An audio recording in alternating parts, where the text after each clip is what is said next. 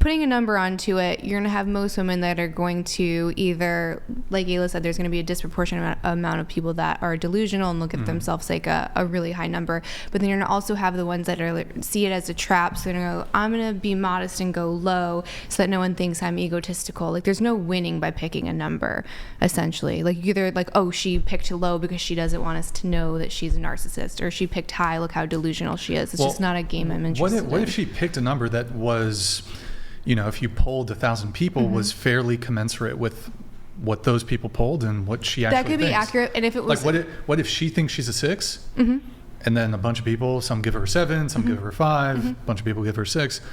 I don't know if that would be losing. I mean, if she thinks she's a 6 and nobody's like, oh, okay, oh, you're overrating yourself. Like, we don't like typically, like, it's when a girl who's clearly not a 10 claims 10. Like, otherwise, if like a girl's like ranks herself like 1 point higher, we don't be like, I don't care, whatever. Well, yeah, and then the feminist nod was like, he was like, beauty is saying that I was going to think that beauty is subjective, and to a point, if you're talking about art or something, sure, but I think when you're talking about a person, there's the golden ratio. People are usually attractive or not attractive across the board, and then there's both ends of the spectrum that'll be exceptions to that rule. But yes, I think that beauty traditionally is objective. So that was just a false. Yeah, I mean, I guess the reason we asked the question is because I think in the dating marketplace, you need to have a sense of where you stand in it. Like, if you have a house and you think it's worth $5 million, you put it on the market says, this is $1 million, you're not going to sell the house. And I'm not saying that women are houses, it's purely an analogy, but I do think that there is something going on whereby, I mean, if you look at a woman's Instagram, for example, all her friends are gassing her up in the comments. Oh my God, you're so beautiful, blah, blah, blah, blah, blah. You're amazing, slay queen, etc. This woman could be fairly, I'm not saying this to be mean to this hypothetical woman, she could be completely unremarkable, not particularly attractive. She could be just average, right? Women tend to gas each other up. And there's another component here that I think is really interesting, is that like, if I approach a girl and let's say she's just like obviously more physically attractive than me, I'm getting instantly rejected. Like, I don't. Not with me. Huh? Not with me. Not with. Okay, Lily, chill out, man. But no, if a guy steps to a girl who's just like out of his league, and you can consider league looks, but you can consider other things too. And I think it is other things too. Especially with men, yeah. Just looks. But if a guy steps to a girl that's out of his league, instant, like nothing. He doesn't get a conversation. He doesn't get a date. He doesn't get a kiss. He doesn't get sex. The same isn't really true for women, though. If, as a woman, you step to a guy who's outside of your league, whether it's on a dating app, you slide into his DMs, or at a bar or whatever, and you are, in essence, in the same way that men are like enthusiastically wanting to have sex with you, if you as a woman make yourself sexually available to a man, they'll take up that opportunity. Not all men will, but a lot of men will take up an opportunity to have sex with a woman who's enthusiastic and interested. But they'll get rejected on the back end. Men get rejected on the front end. Like I say, if I step to like a 10 out of 10, I ain't getting anything from her. Whereas women, if she's maybe average looking, if she steps to a guy who's 7, 8, 9, she's not going to get every single good guy who's a 7, 8, or 9. She might end up sleeping with 1 or 2 or 3, maybe multiple times. She'll get 1, 2, 3 hookups. Maybe he'll even keep her around in a situationship for 3 to 6 months. She'll never get commitment. Women get rejected on the back end. And so what ends up happening, though, is, I mean, if you have these women who are getting sexual access and they feel like they're so close to getting that relationship with that really attractive guy, oh man, and they keep chasing after him, a couple things happen. One, they are getting that sexual satisfaction with somebody who's out of their league.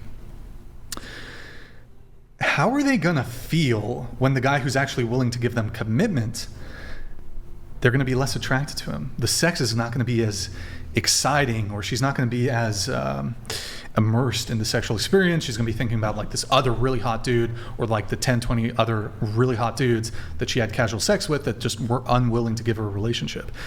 And so what ends up happening well, a couple things end up happening. She has an overestimated sense of her looks because okay, I can sleep with a guy who's an 8 or a 9, ergo I must be an 8 or 9. No, not how it works. Sorry, I'm losing my train of thought here. The W for the woman is commitment. Mm-hmm. Like, that's your league. The guy who's willing to give you commitment. Mm-hmm. Just because a guy's willing to sleep with you one night, if he's a 9, that doesn't make a woman a 9. But so what ends up happening is you got these women, they go out, it's really easy to get sexual access to men who are more attractive than you. We see this all the time with like famous actors, musicians, athletes. They'll like gladly sleep with like a woman who doesn't match up to them in any regard. Like an average woman can, like, maybe not average, but like they can get with an NFL player. We have like 19-year-old college girl who's like just attractive. We've had them on the show. They've hooked up with NFL players, NBA players. Maybe you guys have your own experiences where you've like been DM'd by like famous musicians or athletes or actors. Some of you live in LA. You know, like these men, like you have access to these men. Are they going to give you commitment? Not necessarily. How are you going to go like date Leonardo DiCaprio and then end up with like a normal dude? Like, your brain is totally fried. Like, I don't think, in the same way that if you lived in a luxury apartment and then you're going to go live in a dorm room with 3 other people and share a bathroom, and it's really hard to like have that certain level of treatment or experience when these women are dating really attractive men, and then be like, oh, okay, here's the guy who's actually here's the cohort of men who are actually willing to commit to me, but they don't like, they're not as attractive as the men who are willing to sleep with me. They don't have as much status as these men who are willing to sleep with me. So I do think having a reasonable assessment of your own physical attractiveness would like indicate, is it really a good idea that I go fuck like this rock star and then I'm going to be like completely sexually dissatisfied with like Joe Schmo, average guy? Because like most average women are not attracted to average men. That's my position. Maybe you disagree. I don't know. You've heard women talk about having this experience? You've heard women talk about having this experience? Like when they're trying to date, and then I've they're had like, thousands of women who've come on the show and they're like completely average, and they're like, oh yeah, this famous guy's like in my DMs, and like I dated XYZ, I dated an NFL player, I did an NBA player. Yeah. They have that experience. And I was just curious about the difficulty finding commitment part. Well, what I'm saying is like when it comes to female hypergamy, is they can find commitment, but the men, it's like, how often do you hear women say something like, oh, the guy that I like, he doesn't like me, and the guys that like me, I don't like them. Like, those are the guys who are willing to give them commitment. So they can find commitment, they just don't want it with those guys. They're continuously chasing after these men, and from like 18 to 30, they'll be chasing after these men, and like situationship, one night stand, friends with benefits, boom, boom, boom. I'm not saying this is the case for all women. Plenty of women throughout their 20s will be in long-term relationships. But like, this is the experience of a lot of women. And then ultimately when they're 30, they're like, oh, okay, I'm going to get married now. And then they're just totally dissatisfied with the men who are actually willing to commit to them, because they spent like their 20s fucking these like NFL, NBA players and so forth. And I'm using that as an extreme example, but it could just be like the like really attractive guy in your college that all the girls want. Yeah. I think I was just checking if this was like a specific anecdote that you had, or more like theory, general observation you'd noticed over like extrapolating. I mean, this is something that I think is observed in the dating marketplace. I mean, the statistics from the dating apps seem to indicate this, that women are overwhelmingly swiping on like the top 10% of men on dating apps. Yeah, I know. I think this is definitely true. I think I was just curious. I'm trying to figure out how much of a bubble I'm in, basically. So I was just curious, like, if the thing was a general thing, like you have access to the same information I have, or if you're like, yeah, I've been talking to this women and they're like, wow, I was trying to find a relationship when I'm 30, but I fucked all these really incredible guys, and like, why can't I find a man as good as I was fucking? Well, I mean, do you think that this could be a phenomenon where like once you've experienced a certain level of treatment, or like dated a certain like caliber of guy, it's kind of like hard to be like, and maybe you do end up settling with that other guy, but like in the dark recesses of your mind, you're like still like, oh man, this guy was better in like this dimension. Maybe it's the guy he was really generous, or he was really good in bed, big dick, whatever it is. Like, he's really tall, really good looking, status, he took me on all these trips. And then you start creating an amalgamation of like all the like most amazing characteristics that like 10 different guys who you dated all have. And you're like, okay, I need that in one dude. Yeah, I think it's a plausible theory. I think there might be some other theories that explain what's going on, but I genuinely really don't know which one's the right one. Yeah, sure. I mean, there's all kinds of ways to approach like the dating marketplace and everything that's going on. Yeah, but or like, for example, alternative hypothesis might be like, there's a lot of men that I dated, but I sort of like in hindsight feel like I really should not be dating them anymore, in a way that's possibly, you could argue that I've like downplayed all their good qualities.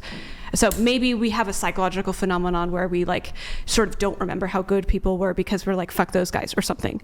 I don't know if that's actually what's going on. I'm just giving like something that another theory we could test. Yeah. Well, can I ask you a question? Like, have you had like, is there one partner in particular you've had who was like the most amazing in bed? Definitely my current one. What's that? My current one, definitely. Your current one. Okay. Yeah. How about like prior to him? Was there a gap where like you had a really amazing sexual experience with a certain guy, and then like guys after him like did not sexually satisfy you, and because they didn't like meet to that standard or that caliber of the previous men, you were like sexually dissatisfied? To a minor degree, yes. Okay. I mean, mostly I'm kinky, so like I've like had sex with a kinky guy, and then I've had sex with vanilla guys. Like so vanilla guys, right? I was like, man, I wish I had sex with a kinky guy. It's not as fulfilling, right? But I mean, you did have that experience, though. Yeah, this is true. Yeah. I think it's plausible. Yeah. Yeah. And then like, question, were you, while you were dating these men, maybe not necessarily during sex, were you thinking about like, oh man, this other guy was way better? You're doing comparison. Not really. Okay, just that I'm abnormal. Like, I don't know if I'm representative. Possibly. Like, I'll give you a personal anecdote. Yeah. Like, I think this can happen to men too. So, oh my God, I can't believe I'm Andrew, earmuffs. I feel, or I don't know. Never mind. You don't have to do earmuffs. So it's like, okay. In the same way that like women, once you fall on like you're playing Russian roulette, you're like rolling the dice, and then you land on like the dick. You know, it doesn't, like, he's just that good in bed. Yeah. You know, this shit. Okay. We got some bi women Yeah, here. I feel like. Sorry, Yeah. I'm bi. Yeah. Yeah. You what? Look,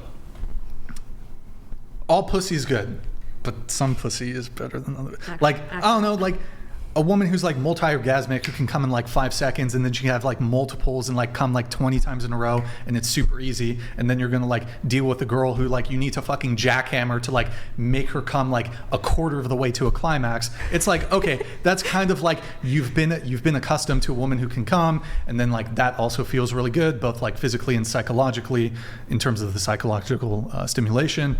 So it's kind of like, once it's like, how do you go back to like the woman who's like obviously people are more than just like the sexual experience. There's other components to a relationship. Like, do you get along with them? Are they a good person?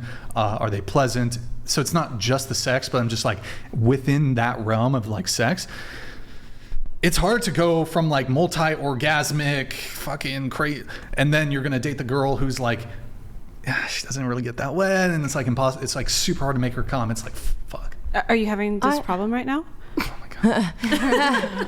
Okay, look, I've encountered a woman who's like incredibly insanely orgasmic, and then I've also like subsequent to that dated a girl who like she couldn't even make herself come, right? Like some women are just, it's hard, really hard for them. So, but I feel like where a lot of women have this problem.